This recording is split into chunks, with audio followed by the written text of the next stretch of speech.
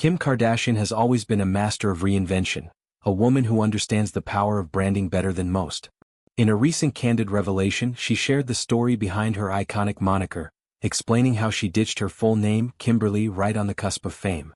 It all happened just before the premiere of Keeping Up with the Kardashians in 2007, that groundbreaking reality show that catapulted her family into the stratosphere of pop culture. Picture this. Kim, then a 26-year-old socialite with a knack for turning scandals into opportunities, is watching the pre-taped intro for the show. There's the chyrons scrolling across the screen, Kimberly Kardashian. It looks clunky, too drawn out for the fast-paced world of television. In that split-second decision, she knew it had to go. It was just too long, she recalled with a laugh, admitting that everyone in her inner circle, family, friends, even her sisters, had always called her Kimberly. But Kim? That felt snappier, more memorable, like a punchy headline in a tabloid.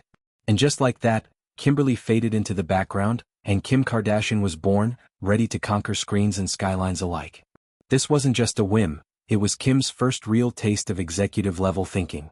She positioned herself as the architect of the entire Kardashian dynasty, the one who saw the potential in turning their everyday chaos into must-see TV. Long before the cameras rolled, Kim had been hustling, dreaming big about reality television. She confessed that as a kid, around age 11, she was obsessed with MTV's The Real World. That raw, unfiltered glimpse into other people's lives hooked her hard. "I always wanted to do a reality show," she said, her voice laced with that signature confidence.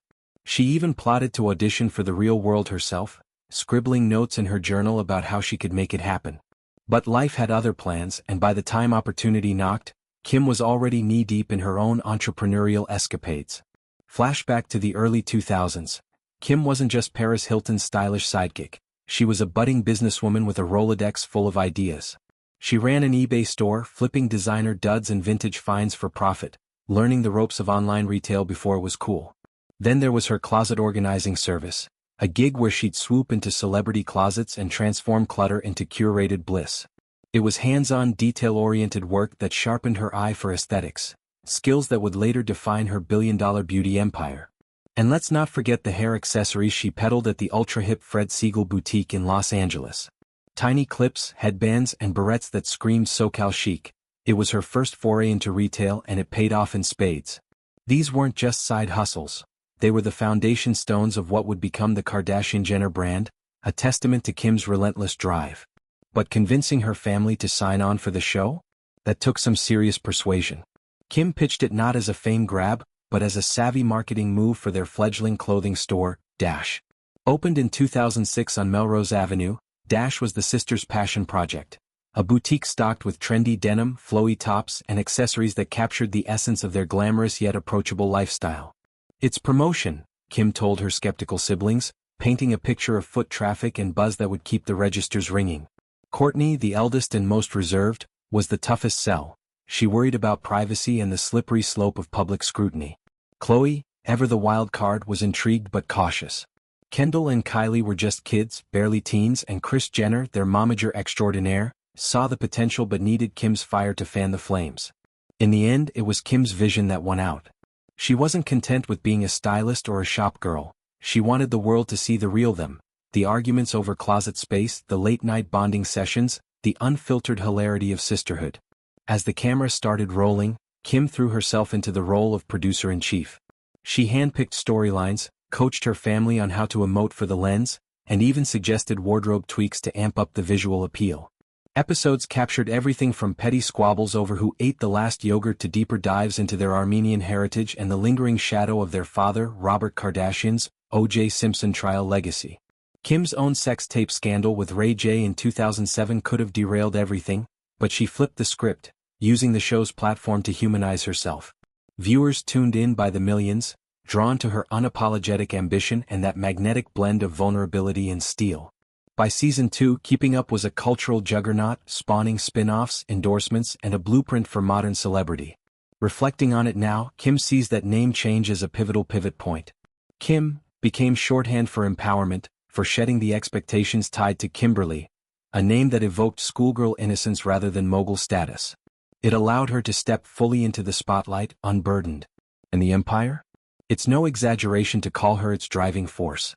While Kris orchestrated the deals, Kim was the on-screen heartbeat, the one who turned confessionals into confessional gold. Her influence rippled outward. Dash evolved into a multi-city chain before closing in 2018, but not before inspiring schemes, her shape-shifting intimates line that hit unicorn status in record time. KKW Beauty, launched in 2017, raked in $100 million in its first year, proving her fragrance and makeup instincts were spot on. Even her foray into mobile games with Kim Kardashian, Hollywood netted over $200 million, blending her love of escapism with savvy tech. But Kim's story isn't just about dollars, it's about legacy. She credits those early eBay days with teaching her the thrill of the sale, the art of curating desire. Organizing closets? That honed her spatial genius, evident in the minimalist chic of her Calabasas mansion, all marble counters and mood lighting. The Fred Siegel stint introduced her to the pulse of LA fashion, where she networked with stylists who later became collaborators. In the real world? It instilled a belief that ordinary moments, amplified, could captivate. Today, with the Kardashians thriving on Hulu, Kim looks back with zero regrets. "I convinced them all," she says, a sly smile playing on her lips. "And look what we built." From a too-long chiron to a global phenomenon, Kim Kardashian's journey is a masterclass in seizing the narrative. She's not just a reality star, she's the reality of reinvention, proving that sometimes, all it takes is shortening your name to lengthen your legacy. Diving deeper into the pre-fame grind, Kim's entrepreneurial spirit was ignited young. Growing up in the shadow of her father's legal fame, she craved independence. At 14, she was already interning at local businesses, absorbing the chaos of commerce. By her early 20s, post-high school and a brief stint at Marymount High, she was styling celebs like Brandy Norwood, building a Rolodex that would prove invaluable. The eBay venture started as a way to declutter her own wardrobe, Chloe bags, Dior heels, but morphed into a full-time flip. She'd hit estate sales at dawn, haggle with consignors, and list items with descriptions that popped. Profits funded trips to Europe, where she'd scout trends for Dash. It was gritty, unglamorous work, but it built her resilience.